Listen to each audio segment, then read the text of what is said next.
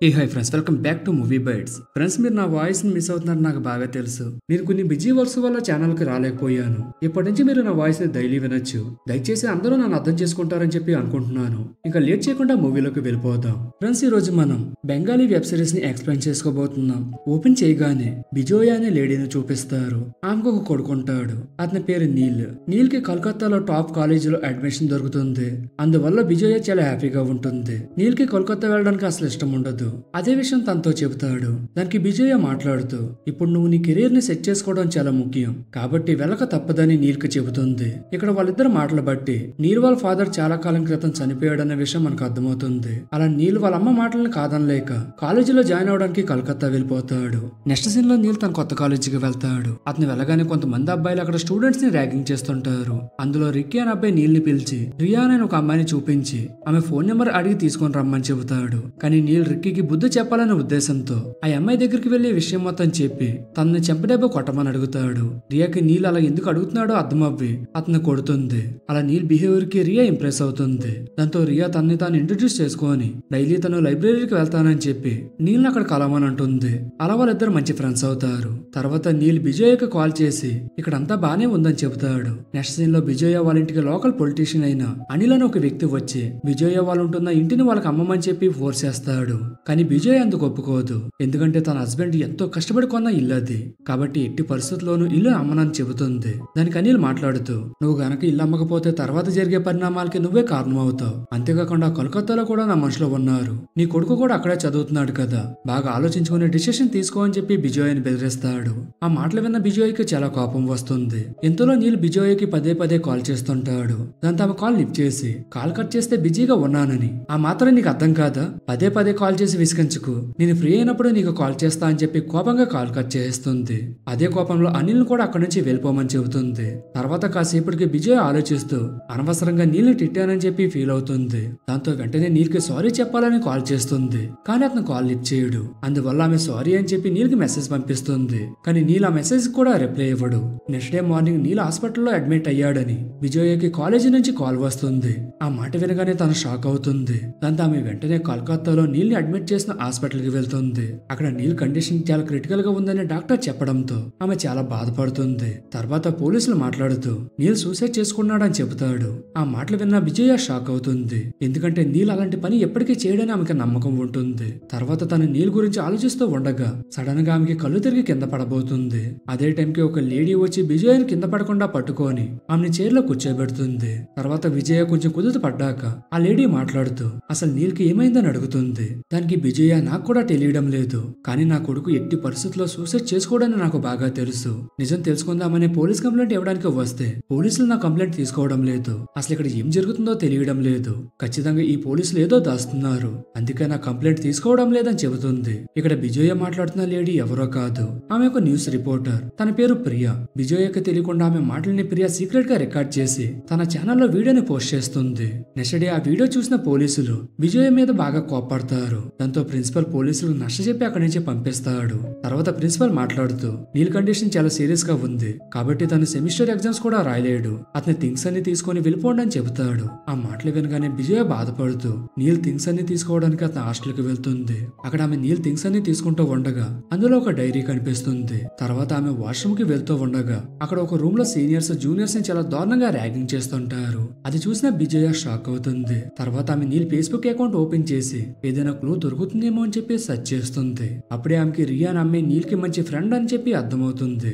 అదే టైం కి నీల్ వాళ్ళ కాలేజీలోని లేడీ సైకాటిస్ట్ అనురాధ వచ్చి విజయతో మాట్లాడుతూ నీల్ ఖచ్చితంగా సూసైడ్ చేసుకుని ఉండడు, ఎందుకంటే ఈ ఇన్సిడెంట్ జరగడానికి ముందు రోజు నా దగ్గరకు వచ్చి ఎవరైనా మనల్ని కావాలనే భయపెడుతూ ఉంటే వాళ్ళని ఎలా హ్యాండిల్ చేయాలని నన్ను అడిగాడు. దానికి నేను వారి పేరెంట్స్ కి గానీ కాలేజీ ప్రొఫెసర్ గానీ కంప్లైంట్ చేయాలని చెప్పాను. తర్వాత నేను తనని నిన్ను ఎవరైనా భయపెట్టారా అని అడిగాను, కానీ నీల్ నాకేమీ చెప్పలేదని చెబుతుంది. ఇదంతా విన్న విజయ మాట్లాడుతూ నాకు తెలుసు నా కొడుకు అలాంటి పని ఎప్పటికీ చేయడని అంటుంది. దానికి అనురాధ అంత ఖచ్చితంగా ఎలా చెప్తున్నారని చెప్పి అడుగుతుంది. దానికి విజయ మాట్లాడుతూ నీల్ చిన్నతనంలో ఉన్నప్పుడు వాళ్ళ నాన్న ఫ్యాక్టరీలో జాబ్ చేసేవాడు. ఒకసారి ఫ్యాక్టరీ ఎంప్లాయీస్ శాలరీ సరిగ్గా ఇవ్వలేదని వర్క్ చేయకుండా ధర్నా చేశారు. ఈ ఎంప్లాయీస్ కి నీల్ వాళ్ళ ఫాదరే లీడర్ గా ఉండేవాడు. తర్వాత కాసేపటికి నీల్ వాళ్ళ నాన్నని మేనేజర్ పిలిచి లంచం ఇచ్చి ఆ గొడవను ఆపమని చెప్పాడు. కానీ దానికి తను ఒప్పుకోలేదు. నాకు కొద్ది రోజుల తర్వాత నీల్ వాళ్ళ నాన్న ఆత్మహత్య చేసుకున్నాడని ఫ్యాక్టరీ నుంచి కాల్ చేసి చెప్పారు. కానీ ఆయన అలాంటి వారు కాదని నాకు తెలుసు. నేను ఆ ఫ్యాక్టరీ ఓనర్ మీద కూడా కంప్లైంట్ ఇచ్చాను, కానీ పోలీసులు ఓనర్ మీద ఎలాంటి యాక్షన్ తీసుకోలేదు. తర్వాత నేను చాలా సార్లు పోలీస్ స్టేషన్ చుట్టూ తిరిగాను. చివరికి పోలీసులు ఆ కేసును క్లోజ్ చేసేశారు. అప్పుడే నేను నా కొడుకు ఇద్దరం కలిసి ఎలాంటి విషమ పరిస్థితులు వచ్చినా కూడా సూసైడ్ మాత్రం చేసుకోకూడదని ప్రామిస్ చేసుకున్నామని చెబుతుంది. తర్వాత బిజోయ నీల్ దగ్గర దొరికిన డైరీని అనురాధకి చూపించి, ఈ డైరీలోని హ్యాండ్ రైటింగ్ నీల్ది కాదు, కాబట్టి ఈ డైరీ అతని ఫ్రెండ్దే అయి ఉండొచ్చు. అతని గురించి నీల్ మీ దగ్గర సజెషన్ అడిగి ఉంటాడని అనుకుంటున్నాను. కాబట్టి ముందు అసలు ఆ ఫ్రెండ్ ఎవరో, అతనికి వచ్చిన ప్రాబ్లం ఏంటో కనుక్కోవాలని అంటుంది. అందుకోసం బిజోయ రియా హెల్ప్ తీసుకుంటుంది. ఇప్పుడు రియా మాట్లాడుతూ, నీల్ రూమ్మేట్ పేరు అహాన్. నీల్కి ఆ ఇన్సిడెంట్ జరిగిన తర్వాత అతను కూడా కాలేజీకి రావడం మానేశాడు. ఎన్నోసారి అహాన్కి కాల్ చేసినా కూడా లిఫ్ట్ చేయడం లేదని చెబుతుంది. దానికి బిజోయ అహాన్ వాళ్ళ ఇంటి అడ్రస్ ఇవ్వమని అడుగుతుంది. దాంతో రియా ఎంతో కష్టపడి అహాన్ అడ్రస్ ని సంపాదించి బిజోయకి ఇస్తుంది. అలా బిజోయ అండ్ అనురాధ కలిసి అహాన్ ఇంటికి వెళ్తారు. కానీ అహాన్ చాలా రోజుల క్రితమే ఇల్లుని వెకేట్ చేసి వెళ్ళిపోయాడని తెలుస్తుంది. దాంతో బిజోయ అహాన్ వాళ్ళ నైబర్స్ కి తన ఫోన్ నెంబర్ ఇచ్చి అహాన్ కనుక మళ్ళీ ఇక్కడికి వస్తే ఫోన్ చేయమని చెప్పి వెళ్ళిపోతుంది. మరోవైపు నీల్ కండిషన్ చాలా సీరియస్ గా ఉండడంతో బిజోయ భయపడిపోతుంది. తర్వాత బిజోయ డైరీని పోలీసులకి ఇస్తే వాళ్ళు నీల్ కి జరిగిన ఇన్సిడెంట్ కి రీజన్ తెలుసుకుంటారు కదా అని చెప్పి పోలీస్ స్టేషన్ కి వెళ్దామని చెప్పి డిసైడ్ అవుతుంది. దానికి అనురాధ మాట్లాడుతూ, ఆ పని మాత్రం అసలు చేయొద్దు, ఎందుకంటే ఈ కేసులో ఎవరెవరు ఇన్వాల్వ్ ఉన్నారో మనకు తెలియదు. పోలీసులు కూడా వాళ్ళకి హెల్ప్ చేస్తూ ఉండొచ్చు. కాబట్టి నువ్వు ఈ డైరీని కనుక తీసుకెళ్లి పోలీసులకి ఇస్తే నువ్వు వాళ్ళ గురించి తెలుసుకోవడానికి ట్రై చేస్తున్నావు అని వాళ్ళకి అర్థమైపోతుంది. అప్పుడు నీకు అంటే నీళ్ళకి చాలా ప్రమాదం జరుగుతుందని చెబుతుంది. తర్వాత అనురాధ తన గురించి చెబుతూ, నేను ప్రజెంట్ ఒక ఎన్జిఓ రన్ చేస్తున్నాను. నాకు ఒక కూతురు ఉండేది. ఆమెకి తన లైఫ్ లో ఏం జరుగుతుందో తెలియదు, కానీ సూసైడ్ చేసుకుని చనిపోయింది. తన చనిపోయే ముందు నాకు చాలా సార్లు కాల్ చేసింది, కానీ ఆ టైంలో నేను నా పేషెంట్స్ తో బిజీగా ఉన్నాను. అందువల్ల తన కాల్ ని లిఫ్ట్ చేయలేకపోయాను.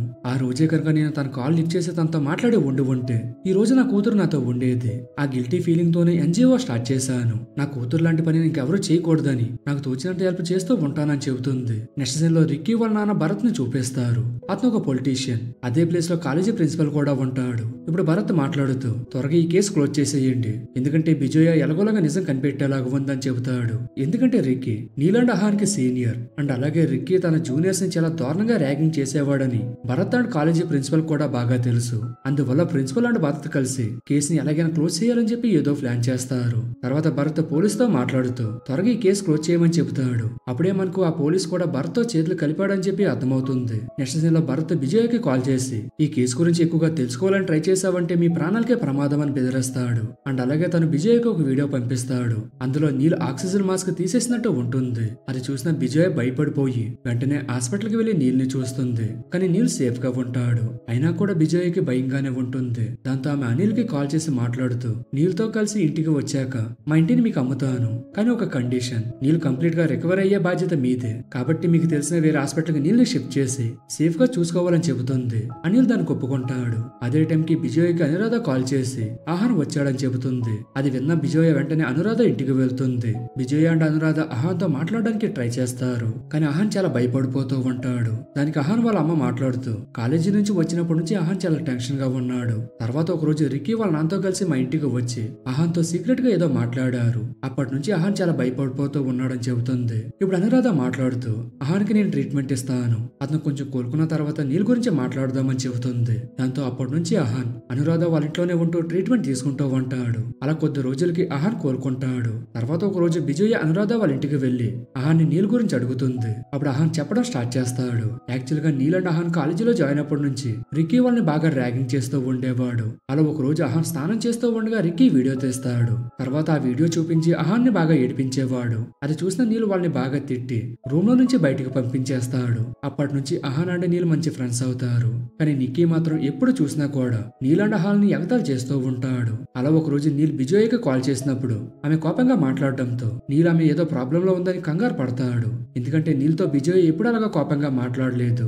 అందువల్ల నీల్ నెక్స్ట్ డే వాళ్ళ ఇంటికి వెళ్దామని చెప్పి డిసైడ్ అవుతాడు. తర్వాత నీల్ అండ్ అహాన్ లంచ్ చేస్తూ ఉండగా అదే టైం కి సడన్ గా రిక్కీ వాళ్ళ ఫ్రెండ్స్ తో వచ్చి నీల్ అండ్ అహాన్ ని బలవంతంగా ఒక రూమ్ లోకి లాక్కెళ్ళిపోయి వాళ్ళ బట్టలు తీసేసి వీడియో తీయడం స్టార్ట్ చేస్తాడు. దాంతో నీల్కి బాగా కోపం వచ్చి వాళ్ళతో గొడవ పడి బయటికి వెళ్ళిపోతూ ఉంటాడు. అప్పుడు రిక్కీ ఆ వీడియోని సోషల్ మీడియాలో పోస్ట్ చేసి వైరల్ చేస్తా అని చెప్పి బెదిరిస్తాడు. ఆ మాటలు విన్న నీల్ బాగా సీరియస్ అవ్వి రిక్కీతో గొడవ పడుతూ ఉండగా స్లిప్ అవ్వి పొరపాటున పైనుంచి కింద పడిపోతాడు. అది చూసిన రిక్కీ ఎవరైనా అడిగితే నీల్ సూసైడ్ చేసుకున్నాడని చెప్పాలని అందరినీ బెదిరిస్తాడు. యాక్చువల్ గా అక్కడ ఉన్న వాళ్ళంతా నీళ్లు పడిపోయిన వెంటనే అంబులెన్స్ కి కాల్ చేయకుండా ఆ సిచ్యువేషన్ ఎలా హ్యాండిల్ చేయాలా అని చెప్పి ఆలోచిస్తూ ఉండిపోతారు. అలా నీల్ని హాస్పిటల్ తీసుకురావడానికి లేట్ అవడంతో అతని కండిషన్ ఇంత క్రిటికల్ గా అయిపోతుంది. ఇదంతా విన్న తర్వాత విజయ్కి చాలా కోపం వస్తుంది. నీల్కి జరిగిన ఇన్సిడెంట్ కి కారణమైన వాళ్ళని తప్పకుండా శిక్ష పడేలా చేయాల్సిందే అని చెప్పి డిసైడ్ అవుతుంది. దాంతో ఆమె వెంటనే ప్రియాకి కాల్ చేసి జరిగిందంతా చెప్పి ఎలాగైనా భరత్ అనే రిక్కీలకి శిక్ష పడాలని చెప్పి చెబుతుంది. దానికి ప్రియా మాట్లాడుతూ భరత్ చాలా పవర్ఫుల్ పర్సన్, అతను ఎంత పవర్ఫుల్ అంటే ఎవరెక్కడ మినిస్టర్ అవ్వాలనేది అతనే డిసైడ్ చేస్తాడని చెబుతుంది.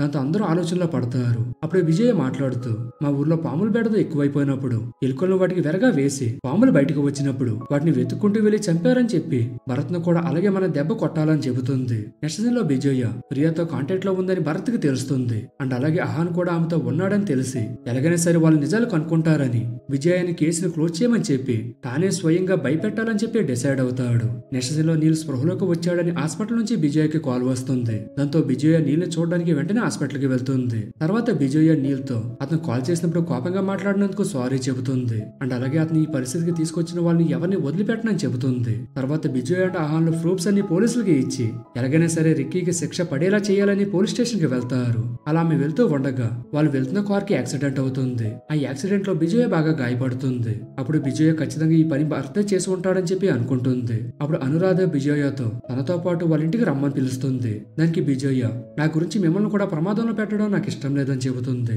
తర్వాత ఆమె స్టే చేస్తున్న హోటల్కి వెళ్తుంది. ఆ హోటల్ బయట చాలా వెహికల్స్ ఆగి ఉండడం చూసి విజయకు డౌట్ వస్తుంది. అలా ఆమె లోపలికి వెళ్లి చూడగా ఆ హోటల్ మొత్తం ఖాళీగా ఉంటుంది. అండ్ అలాగే సీసీ కెమెరాస్ కూడా ఆఫ్ చేసి ఉంటాయి. తర్వాత ఆమె తమ రూమ్ లోకి వెళ్లి చూడగా అక్కడ భరత్ అండ్ రిక్కీ ఉంటారు. ఇప్పుడు భరత్ మాట్లాడుతూ నేను నా కొడుకుని చాలా గారభంగా పెంచాను. నా కొడుకు అంటే నాకు ప్రాణం.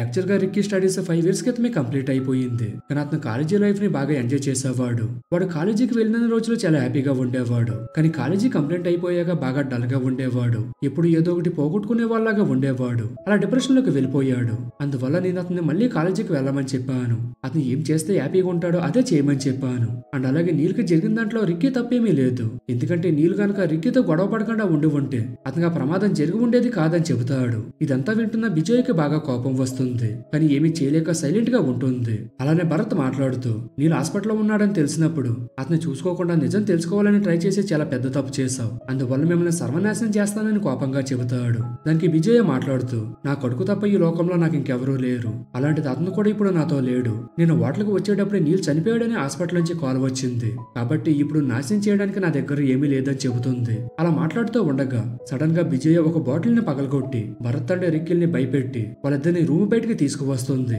తర్వాత ఆమె మాట్లాడుతూ నేను తలుచుకుంటే ఇప్పుడే మిమ్మల్ని చంపగలను, కానీ నేను అలా చేయను. ఎందుకంటే మీకు చట్టపరంగా శిక్ష పడాలనుకుంటున్నానని చెబుతుంది. అండ్ అలాగే అక్కడ సీసీటీవీ కెమెరాస్ ఉన్నాయి. మీరు మాట్లాడిందంతా రికార్డ్ అయ్యి న్యూస్ ఛానల్స్ లో టెలికాస్ట్ అవుతుంది. ఇదంతా చూసి పబ్లిక్ అక్కడికి వచ్చి హోటల్ బయట మిమ్మల్ని చంపాలని కోపంగా ఊగిపోతూ ఉన్నారని చెబుతుంది. అది విన్న భరత్ షాక్ అవుతాడు. ఎందుకంటే విజయ్ ఆ విధంగా ప్లాన్ చేస్తుందని అతను అసలు ఎక్స్పెక్ట్ చేయడు. యాక్చువల్ గా భరత్ అక్కడికి తప్పకుండా వస్తాడని గెస్ చేసి విజయ తన రూమ్ లో ప్రియ హెల్ప్ తీసుకొని సీక్రెట్ గా కెమెరాస్ పెట్టిస్తుంది. తర్వాత పోలీసులు వచ్చి భరత్ అన్న రిక్కీని అరెస్ట్ చేస్తారు. నెక్స్ట్ సీన్ లో విజయ నీల్ అంత్యక్రియలు చేసి అతన్ని తలుచుకుంటూ బాధపడుతుంది. అలా కొద్ది రోజుల తర్వాత విజయ వాళ్ళ ఇంటికి మినిస్టర్ వస్తాడు. అతను మాట్లాడుతూ మీకు ఏమైనా హెల్ప్ కావాలంటే అడగండి, నేను చేస్తాను అని చెప్పి అంటాడు. దానికి విజయ నా హస్బెండ్ కేసుని రీఓపెన్ చేయించండి అని చెప్పి అడుగుతుంది. దానికి మినిస్టర్ ఒప్పుకుంటాడు. అలా ఈ మూవీని ఎండ్ చేస్తారు. సో ఇది ఫ్రెండ్ ఇవాల్టి వీడియో. ఈ వీడియో పైన మీ ఒపీనియన్ ఏంటో కామెంట్ సెక్షన్ లో చెప్పండి. అండ్ అలాగే ఈ వీడియో మీకు నచ్చినట్టయితే లైక్ చేసి మీ ఫ్రెండ్స్ అండ్ ఫ్యామిలీ మెంబర్స్ కూడా వీడియోని షేర్ చేయండి. ముఖ్యంగా మన ఛానల్ అయితే సబ్స్క్రైబ్ చేసుకోవడం అయితే మర్చిపోకండి ఫ్రెండ్స్. మరొక వీడియోతో మళ్ళీ కలుద్దాం. Thank you. జై హింద్.